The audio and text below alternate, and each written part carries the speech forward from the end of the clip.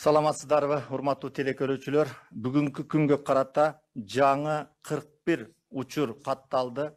Анын ичинен Бишкек шаарында 12, Чүй областында 3, Ош областында 18, Ош шаарында 6, Нарын областында 2. Жалпысынан Кыргызстанда бүгүнкү күнгө карата 339 учур катталып, анын Жалал Абад областында 89, Ош областында 116, Ош шаарында 42, Чүй областында 18, Бишкек шаарында 54, Баткен областында 4, Нарын областында 12, Ысык-Көл областында 4 учур катталды. Бир сутканын ичинде ооруканадан 5 жаран жакшы болуп дарыланып чыкты. Алар бирөө Ош областынан, 3-өө Жалал Абад шаарынан, 1-өө Бишкек шаарынан. Ушул убакыт боюнча бизде коронавирус боюнча жакшы болуп дарыланып чыккандардын саны 44 жаранды түздү.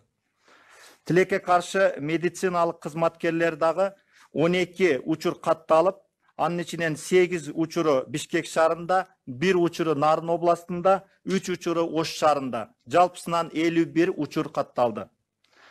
Катталгандардын ичинен 176 аялдар, 163 эркектер. Жаңы катталгандардын ичинен 22 аял, 19 эркек.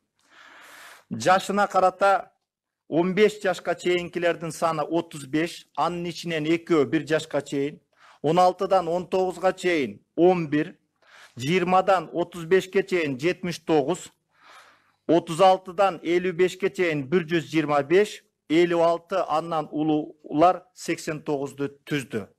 Стационарда жаткандардын саны 290, анын ичинен 5-өө оор абалда бүгүнкү жандандыруу бөлүмүндө жатат.